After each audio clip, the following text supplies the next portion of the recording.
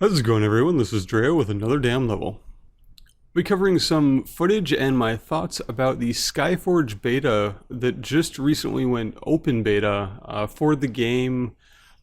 Uh, I believe it was the 17th or the 16th, sorry, Thursday the 16th of July. And I thought I'd give you my thoughts. We got into the beta a little early, and I've been able to play it for almost a week now, so I thought I'd put together a video on my thoughts and give you some footage on what the game looks like. I'm going to attempt to keep this video reasonably short. You will be able to read everything I have to say on our site, and there will be a link in the description of this video to the article on our site where you can see everything I have to say. With that being said, let's get started. Skyforge is an MMO created by a Russian-based team, the Elods team, and which is a subsidiary of MyCom or Myru, depending on if you are in the US or if you are in Russia. They are, in addition, also the publishers of the game, and they made the game in combination with a US game studio called Obsidian Entertainment. Obsidian Entertainment you should know pretty well from a couple games such as Fallout New Vegas, the more recent South Park, The Stick of Truth, and Pillars of Eternity. In addition, they also did Neverwinter Nights 2 and the 2 expansions for that. Whereas the Elods team only have done, to my knowledge, the Elods Online MMO. Now, them being a subsidiary of MyCom, which MyCom as a company has done mostly mobile games. With those two different studios coming from two very different backgrounds, one being very successful and very large and reasonably well known, coming together with someone that we know mostly to do mobile games and only a single MMO, that being the team that worked with Obsidian Online for this game, my expectations were split, kind of the two sides of a coin. My expectations for Skyforge was filled with excitement and also a lot of skepticism. My skepticism coming from the MyCom and the Allied side.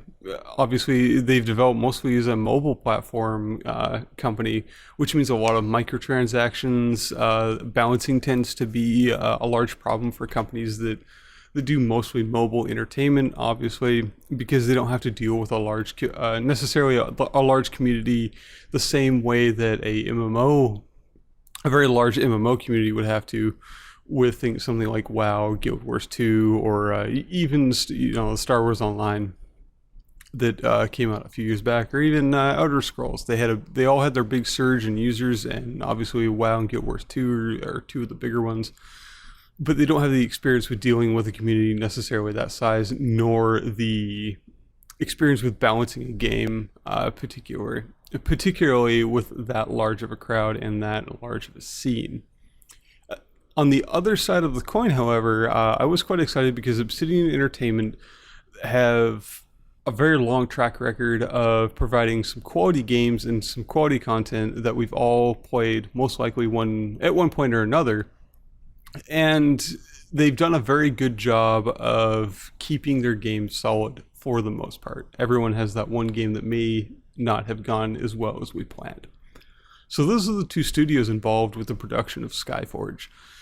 So my expectations were probably for a mediocre game. Maybe not particularly amazing, but not particularly awful. It was pretty stifled by the fact that I've dealt with MyCom games before and didn't have a particularly good experience, but at the same time, for Obsidian games, I've had a great experience with most of their games.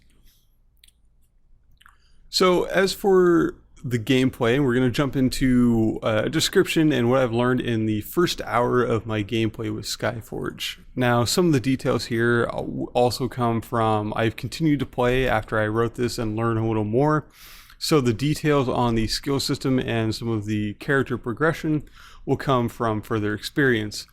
But as for combat and the initial story and framing devices, character creation, choosing a class, all that will come from my first hour. Full disclosure for this, I have not been paid. I have not been contacted by the company or anything for this particular video. Everything I have to say comes from a personal bias This isn't a game review. This is simply a first impressions from my own personal biases. With that said, my first hour of Skyforge. So I dove into the beta, kind of ready for bugs, errors, crashes, and everything that kind of comes with getting into a game early, even in beta. And everything went reasonably smooth getting into the game. I previously made my account on the site and everything. I already had one set up. Logged in and got a reasonably nice looking screen that was very console-esque, because it was like the old Halo screens where you press start to actually get into the game. Met with a nice soundtrack and everything. You hit space to get into the game. Nothing too out of the ordinary. It was a little weird. It seems very geared towards a potential port to platforms when you first take a look at it. As soon as you get in, you end up in a fully voiced cutscene, which I'm quite happy about, because I wasn't expecting really very much voice acting, or very good voice acting for that matter, from this MMO. Again, probably because my standards or my expectations were a little low for this, given the mix of the two studios that were in here. But the fidelity of the cutscene, it seemed to be rendered in engine, which is actually quite nice, because it's not something that we see for a whole lot of MMOs, and when we do, they look pretty subpar. This actually looked pretty good. The fidelity was reasonably high. It was fully voiced. I was reasonably impressed with how things went, and I didn't run into any particularly large frame-breaking glitches, people falling through terrain or clipping through each other. It was reasonably smooth, especially for a beta. After that, you are thrown into the tutorial, which teaches you the basic controls of the game and how you interact with the world and your skills, things like that. So the first combat, which is pretty quick, it took me, I believe it was about a minute 45 to get into the first combat scenario where you really have free control to roam around and just kill things. I enjoyed it for the most part. The tutorial is pretty well put together. It teaches you most of what you need to know in the mechanics of the game. There's like live action dodging, such as Guild Wars, or even parts of Terra, even though Terra is a little more, most of the classes in Terra tend to stay in the same place when casting. Was quite happy with the fact that I could move and cast with almost anything I did in the tutorial, which was quite nice. Dodging, however, I found to be a little iffy. It doesn't seem to save you from the auto attacks or the basic attacks of most mobs. It is only to get out of the way of telegraphed attacks. The combat system itself is a mesh of, I'd say, Terra and Guild Wars 2 for the most part. They have very Terra-esque skills, and you have a very limited action bar.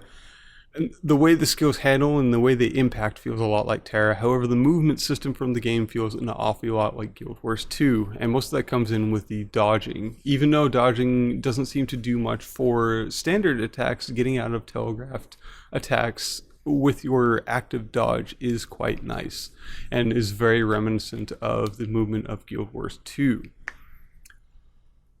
With that being said, the skill bar did drive me a little crazy. You use 1 through 4 for most of your skills, and then Z, X, and C for your other skills as you unlock them throughout the game. And you'll find this out by the end of the tutorial. You'll see slots for those particular buttons. It does seem that those buttons can be rebound, which is quite nice, especially if you have a gamepad or you prefer to use the standard 1 through 9 keys. Say if you already have a pad set up for MMOs or anything like that. That can indeed be done. As for the feel of the combat, the basic attack impact felt pretty decent, even with a melee weapon. It felt like you were actually doing something, and the feedback you got from the health bar of the enemy was reasonably satisfying. You see it blink and go down every time you attack, and it feels good. It's difficult to describe good MMO combat, or even just good game combat sometimes, but it feels very good. It feels pretty weighty. Your character feels like they have enough weight to pull off the moves that they're doing and some of the skills that you have, which can be difficult to emulate a lot in a lot of games, and there's a lot of MMOs out there especially that don't emulate that very well. As far as the skills that were introduced and how they work and how they feel, the tutorial did a good job of bringing those in and teaching you how to use it via kind of mini cutscenes, again, which were rendered in engine. It would appear, I don't have any technical means of backing that up, but it definitely did look like it was rendered in engine, which is quite nice, and again, not something we find very often, especially in the MMO world. It does a very good job, the tutorial that is, of pulling the player in and engaging them quickly to give them that hook to continue on, to push forward through the tutorial and through the combat to see how they can progress through the game. One thing I did notice is when you first enter the world, you don't pick a class and you don't customize your appearance. They get you into the action immediately. You have a short cutscene and then you are immediately in combat. That's something I can appreciate, but at the same time, some people may not necessarily like. I was left wondering if it was a game much like Vindictus, where you have character models that you just are that character model. Like everyone is an Eevee, just an Eevee wearing different clothing. I was left with a lot of that feeling, so maybe they could do something to improve the feedback for those that really enjoy customizing a model. I'm glad to say that later on you do get to customize your model and what you look like and everything, but at this point I was left wondering if that was indeed the case. Also, you don't pick a class at this point, they do a very good job, in my opinion, with the tutorial not giving you a class. It forced you, or forced me at the very least, to learn the basics of combat, something that every class is going to have to use regardless. About telegraphed attacks, about dodging, getting a feel for how the weight of the character and how they interact with the weapon and the creatures and the environment and everything. I personally enjoyed it and thought it was a good introduction into the system that they have in place. Initial story and framing devices, I feel, are pretty important, especially in a large MMO world, as you need to figure out where you fit in the world. The beginning cutscene introduces you as a immortal, as they're called in the game, and that's really all you're given for the most part. The idea is the tutorial is the framing device for how you became an immortal, and the tutorial eventually goes into how you became the immortal and how that fate kind of was bestowed upon you. And that also leads into what the framing device for the entire game is really based upon. And it's based upon, the fact that you've basically deceased, yet you were imbued with holy power that we may or may not understand at this point. And it's a very Greek-esque setting. With how the ancient gods, left the world and we don't know where they are, and you're given all these small fragments of the framing piece that gives you a world that you're in but don't necessarily understand as a brand new immortal. The framing device itself works pretty well, and I was reasonably happy with it. It's not necessarily the strongest story framing I've ever seen, but for an MMO, it is definitely up there. So when you finish the tutorial, you finish the flashback of how you became an immortal, you end up in a couple more framing scenes where you get a little more about what you are, what you've become, why you're there, etc. and so on. And then once you're introduced into kind of what you are, you get to choose who you are. And from there, you find out you're an immortal, and then you're wearing like a helmet and some pretty generic armor, so it's pretty generic in specific. It's very neutral, so it's very safe to assume that you could be a male or female, etc. Once you are given the framing devices, you're thrown into character creation. Character creation is on par with most other MMOs. You've got a lot of sliders. You've got anything from the color of your eyes to the size of your ass. It's, nothing above and beyond what's out there, but it doesn't necessarily lack what other MMOs have for customization either. There really isn't a whole lot to say about character creation For the most part. I mean, it's if you've customized a character in Guild Wars or WoW or ESO, any of those, you'll have no problem customizing a character in Skyforge. It is good to see that they do have a robust customization system, though at this point it isn't anything above and beyond what we already have seen in the MMO community. Choosing a class. Admittedly, I didn't know much about the class system that was in place when I jumped into the beta, but fortunately that didn't stop me from choosing a class that I enjoy, and most importantly, it didn't cause me to make the grievous mistake that may end up in slowing my progress to unlocking some of the other classes or getting specific buffs or unlocking certain talents for the class I did choose. The system in place for how classes work and everything is actually quite smooth. It's definitely different than some of the other MMOs that are out there.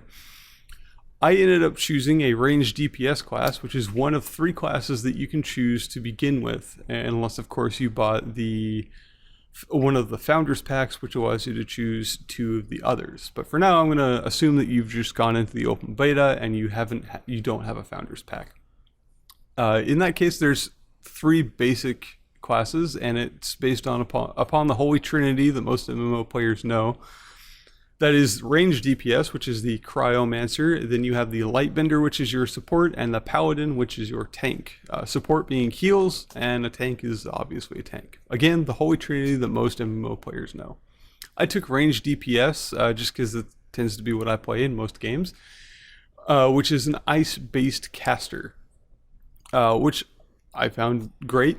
One thing I did particularly like is before you pick a class, you get to try which class you want out. So instead of blindly choosing what you want, you have the ability to choose the one you want after you've tried the others, which is something that can't necessarily be said for a lot of other MMOs. One thing to point out is that you can actually switch whichever profession you are currently using on your character to any other profession that you have unlocked. So though I chose Cryomancer, if I played Cryomancer for 10 minutes, decided I didn't like it, I could go into the character progression menu and choose that I wanted to switch to Paladin. I don't need to go to a trainer, I don't need to go to a booth or a particular trader or NPC, I can do it right there. And as long as I have the weapon for that class, I will be able to play it. It'll switch out my skills and everything for me. And that's one of the unique points of the Skyforge MMOs, the fact that if I queued up and we have 4 DPS, I can easily switch my class right there and right then to run heals, as long as I have a decent weapon set for that class. So from there, I continued on and went into the world as the primary quest brought me through what was the world of Skyforge. So you get quests, as any traditional MMO generally has, and you progress through these quests to unlock more parts of the story. But the progression system and the class progression system I found much more interesting than necessarily the quest system. Quest system, again, is cut and dry, very generic. You get a quest, you go here, do this, and you get the reward. Most of the time, you don't even have to go back to the NPC to get the reward. The reward is just given to you and you can accept it, as is pretty standard for most MMOs coming out these days.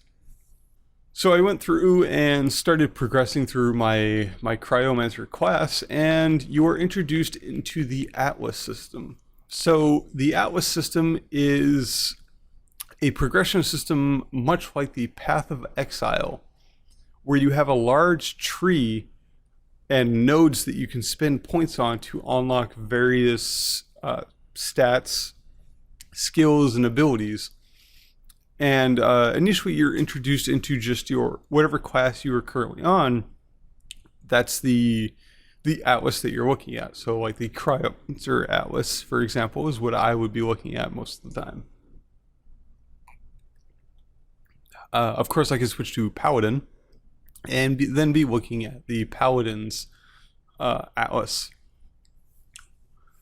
Once you progress far enough in the game and your prestige, which we'll get into what that is in a little bit, is high enough, you unlock the Ascension Atlas. Now, the Ascension Atlas is the atlas that contains all of the nodes to get to and to unlock all of the other classes, all the other 10 classes that aren't part of the base 3.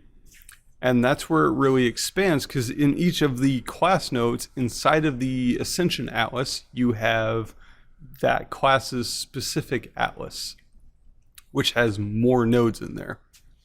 It's very large and it seems very tedious, but once you get into it, it's really not that bad.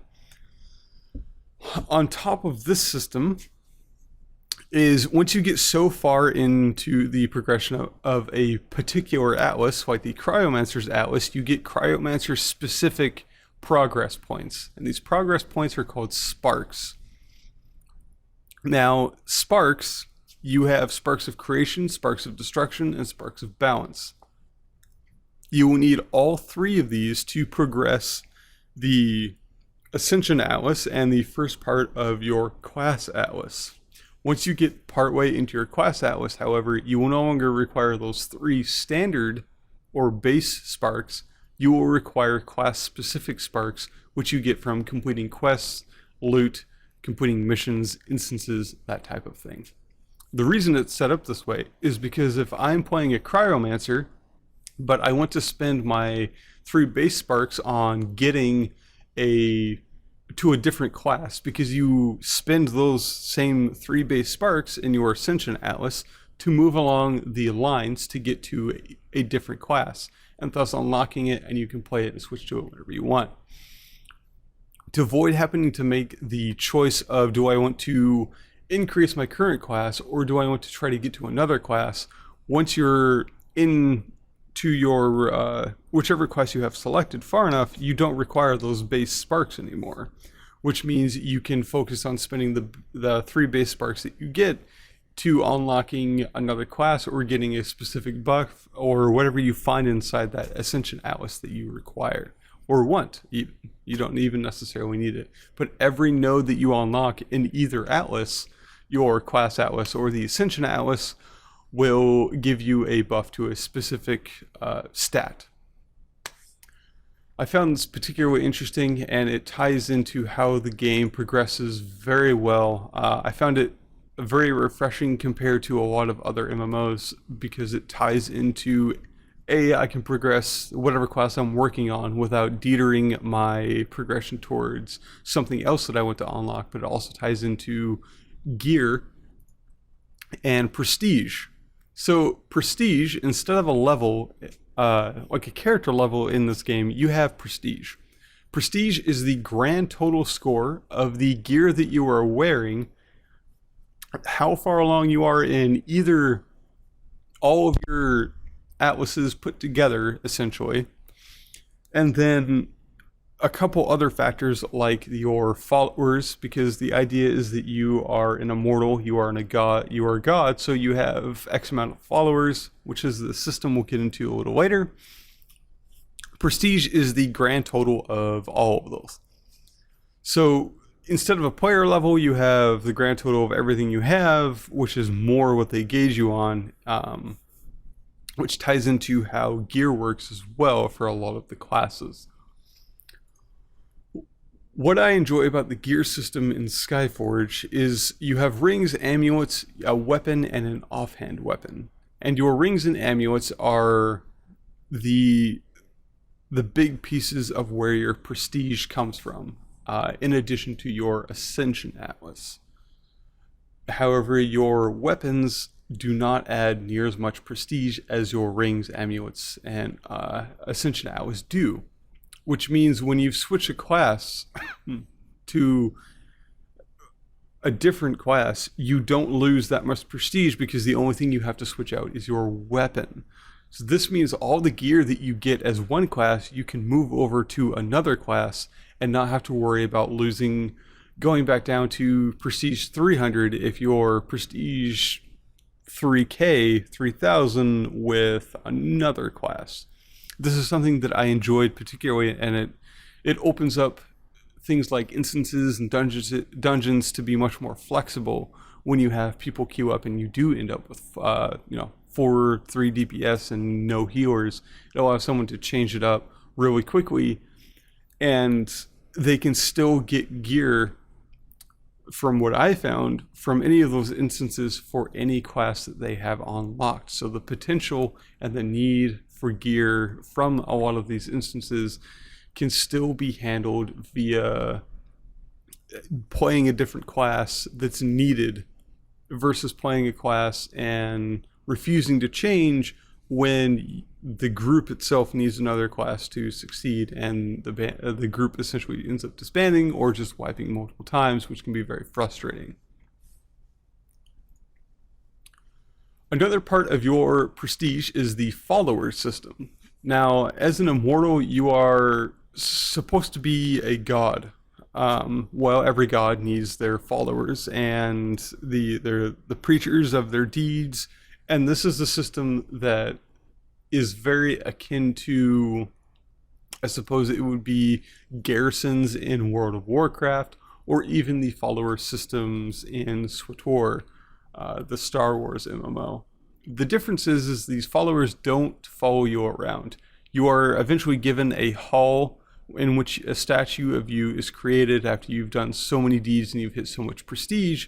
Obviously, the people that you've saved in various instances will want to come serve you and help with your cause.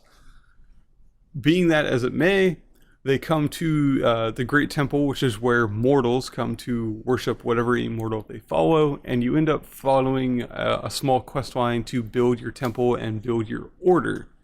An order is the grand total of all of your followers and all of the temples that you have built.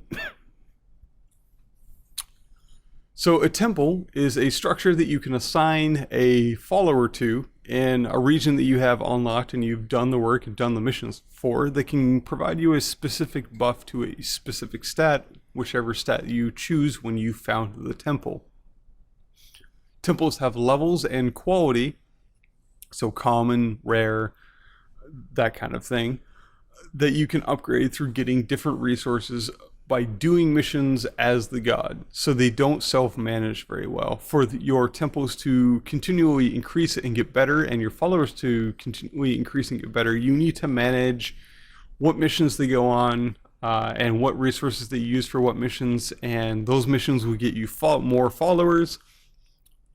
And the more followers that come to your temple, you can recruit them to be kind of your head followers, and then they'll show up in your missions tab, where you can use them and send them out on different missions. Each follower has a different skill set, like engineer, sorcerer, preacher, envoy, that type of thing, and each mission will need a particular skill set for a higher completion percentage, that is. Now when you do all of this and you get all of these followers and you build these temples and you get the stats from the temples, things like that, it will increase your prestige by a small amount. I have found that the prestige that you get from doing the follower content and keeping up with them is reasonably minuscule. And this is important because you can pay money to expedite a mission that a particular follower or followers are on, to get a particular resource or more followers or something like that. And this is where a lot of the claims for the pay to win come into play, but I'm going to cover that at the end of this. Next is the game world. The game world itself, I do have to say, is way more polished than I expected. The fidelity of the game world does look quite nice. It's not the nicest I've ever seen, but it's definitely up there in my top 5 for some of the best looking MMO graphics that I've seen. The animation quality, I do have to say as well, is quite high. I really haven't run into any issues in which the animations have messed up in a particularly large way. I've played MMO betas where the animations go crazy and people's limbs fly off and they clip through the world and everything like that. I'm glad to say that I haven't actually run into any of that thus far. That's not to say it isn't there, but I haven't run into it yet. The game world itself is broken up into two different types of settings, which I feel will bring an audience from both sides of the MMO token title world. So on one side we have an instancing system that works much like Warframe, where you can go solo or you can get a group to go through a reasonably small map and achieve various different objectives to acquire or kill or gather or protect or something like that. And then you get a reward at the end of that. And it generally takes like 20-30 minutes to go through one of those instances. A lot of people like that. A lot of people like to be able to sit down for 30 minutes, complete an instance, and get rewarded and feel that they've done something and they can go off and do whatever they want. The second type are called regions, and regions are much more of the sprawling MMO type maps that we think of when we think about things like Guild Wars 2 or WoW or even the Star Wars MMO. You go to a map and there's tons of objectives and lots of quests to do, things like that, which is much more akin to the traditional MMO style. The fact that it has both of these types of interactions for both types of players, I feel can be, or will be, if it is, very key to the success of the game. Because I personally enjoy both, but sometimes now I have 20 minutes to sit down and play before I gotta go, or, I have something else to do. Whereas on the other times I have hours to play. I don't have much to do. The day is mine. And I've been able to sit down on my busy days and still get a little bit of Skyforge in, get a little bit of rewards, and set up my followers. Whereas on my days where I don't have a whole lot to do, I can sit down and bust out through an entire region and reap the rewards from that. So I feel that the separation of these two systems, or the fact that it has both systems, is very beneficial to its potential success in the market. It does indeed do it a little different than how some of the other MMOs are doing it. There's so much to cover in the game that I kind of absorbed through my playtime so far. It's a little hard to fit it all in, but again, this is a shorter video, and you can go read my thoughts in the article that will be linked below. The third part of the world is the PvP. PvP, from what I have played, is reasonably solid. There are a couple bugs that I've run into, but nothing particularly breaking. They have a couple different forms of PvP, which I enjoy quite a lot. They have multiple arena sizes, I suppose is the best way to put that, where they have 3v3, but you can go all the way up to 12v12.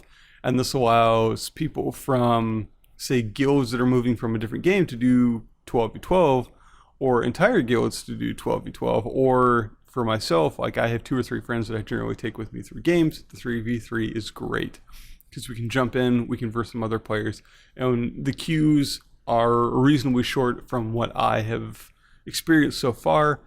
That being said, the queues have also been broken a couple times, so I did not always end up getting into a queue. I would end up going to do something else. But again, this being the first 2 weeks of open beta, I would expect things to break way more than they have so far. So the conclusion, to wrap things up with how this works and how things are put together for Skyforge, it's a much more polished experience than I was anticipating.